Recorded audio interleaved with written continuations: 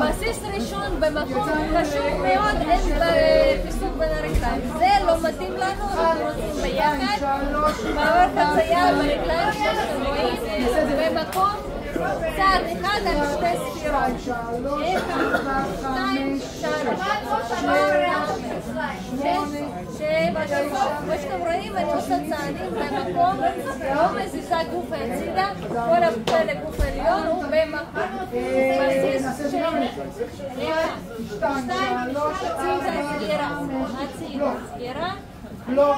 פה אנחנו מנסים לא לקפוץ וגם לא לעשות את היד עם הגוף, הכל ישר.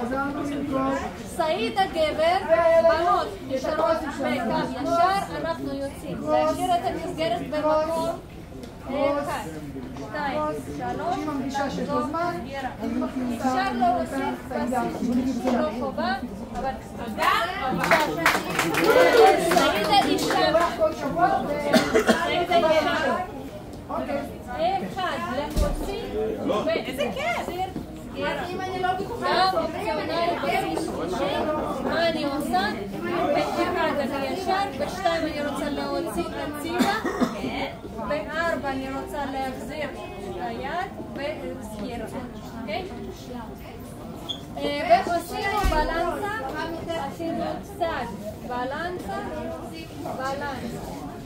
צד, בלנסה, סגירה. ופה אנחנו יכולים להתחיל את הרעיון הבא.